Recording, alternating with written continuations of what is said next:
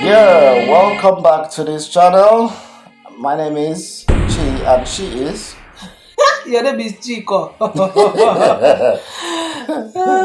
Brilliant. Welcome back to this channel. And my name is UT and Chi. Rocking my wig today. so Don't you this guys is like my wig? Chi and UT. Fine week. Oh God. Okay, previously we told you guys about telling you the story compressed in 5 years. Okay, and this story. You promised them. Yeah, I promised them I'm going to tell them about what I went through in 5 years. How your life has been through pain in the last 5 years. Now, in this 5 years, there's been so much pain, and what I want to talk about is about the pain of losing a spouse, Okay. and the after Does that pain ever go away now? Let me just talk about Anyway. that. The pain of losing a spouse. Okay. So, what do you want to know? What do you think I should tell them about that? Okay, so Where do we start from? Abi, I don't even know. What is the This is not a tutorial, though. So how was it shock for you? How did you manage the shock of the news, which was the first? Because I feel that that's like the beginning, the shock of getting to know that realizing that you have lost your spouse. How did you go? How was that experience for you?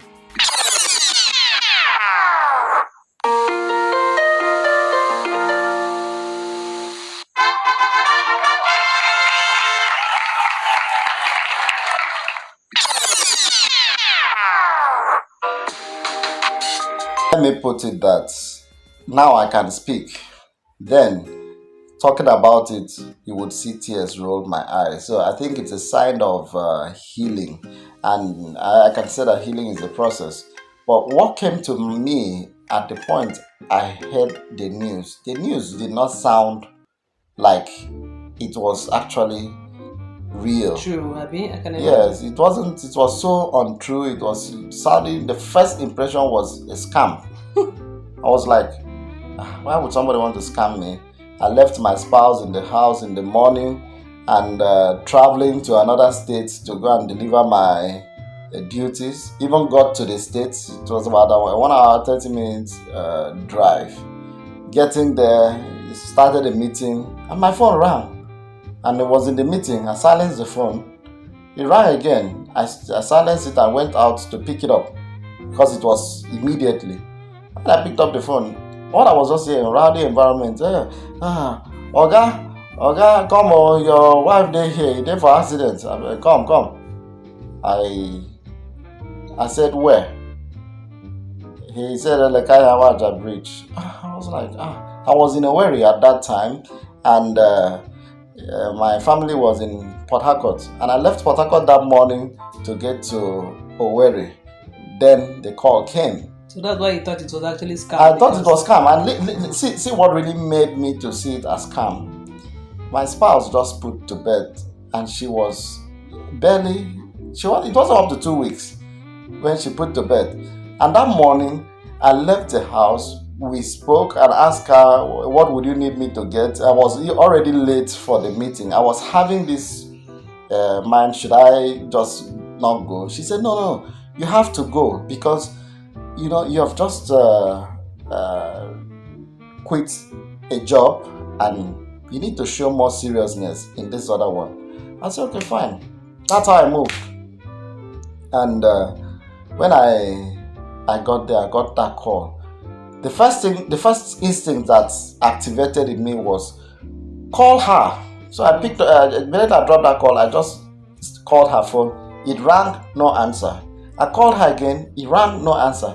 I called the nanny that we had in the house because the nanny had resumed around 7 o'clock. No answer. The children had closed school, so it was a full house. I kept calling the girl, no answer.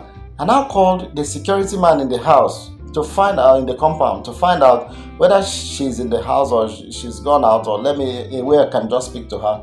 The security man did not answer my call. So you see, I was in I can see. in the dark at that point. Now this was at about 11:30 a.m. to 12 when I started making this call. Okay. 11:30 to 12. I remember I left the house as early as 9 o'clock, to meet up a meeting by 10. And the meeting started about 10:30, about 11 o'clock, because we just started the meeting. So that was the feeling. And if you allow me, I would go on and on and on and on and on. How were you able to get out of that shock after the event that followed? Like, what practical steps did you take to get to where you are now? That is in practical terms, briefly. Okay. As I said earlier, this is a long story. Yeah. But I'm going to give you details of this. It might take this video to about 2 to 3 hours telling that story. But what I did at the point I got to get to the hospital where she was taken to, I think that was the climax of the shock, because I know I had put some measures by calling people who were around to help me go ahead and find out before I would reach. Imagine getting the call and you move from Owerri back to Port Harcourt, and I drove.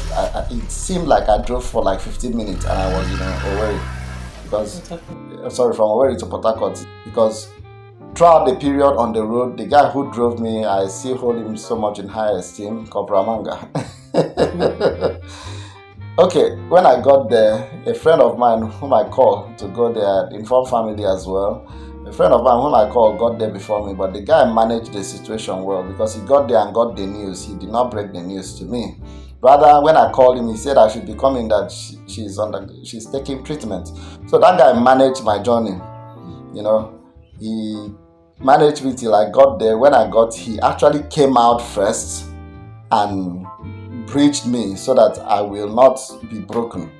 Then, by the time I got to the point, I didn't know the direction. I was just calling him. He had to direct me. When I got there, he stopped me. I was asking, where is she? He said she's taking treatment, but hold on. He was now looking out to see where a doctor would be. At the point, he now took me inside and said, in fact, I was running. All this thing I was saying, it was in a split second.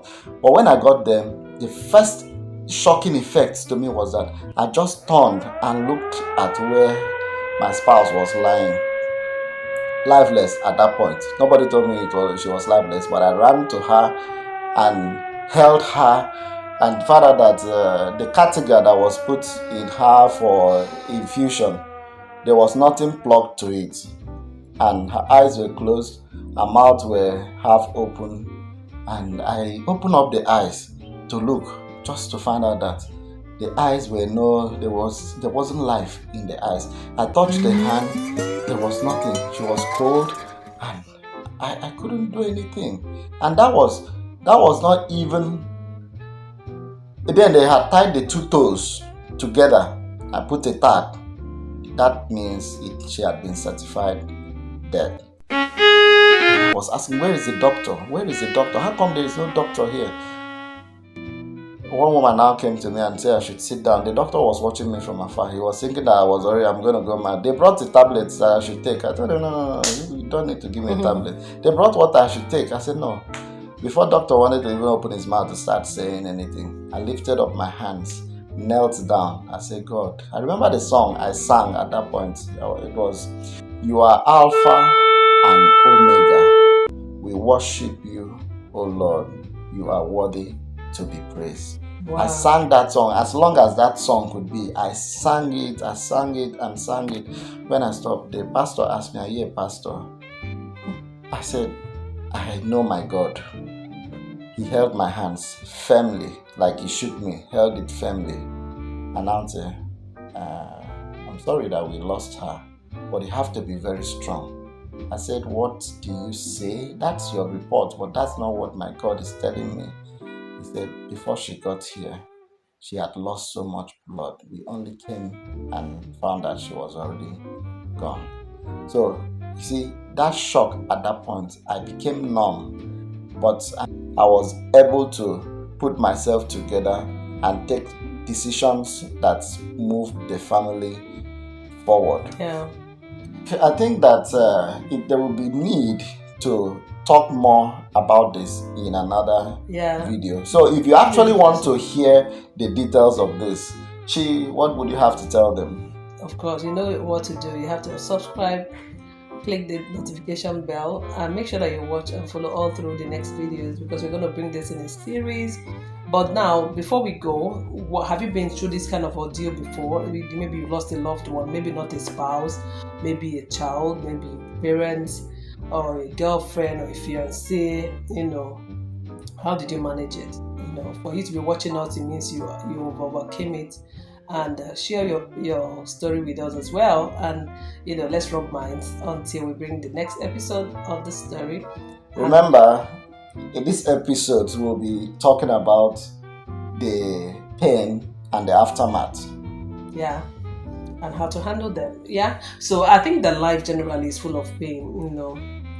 It comes and goes. I don't know. I actually used to think that God made it that way so that we can rely on Him. Yeah, you can never have a free, a whole year or years without any sort of pain or shock or death.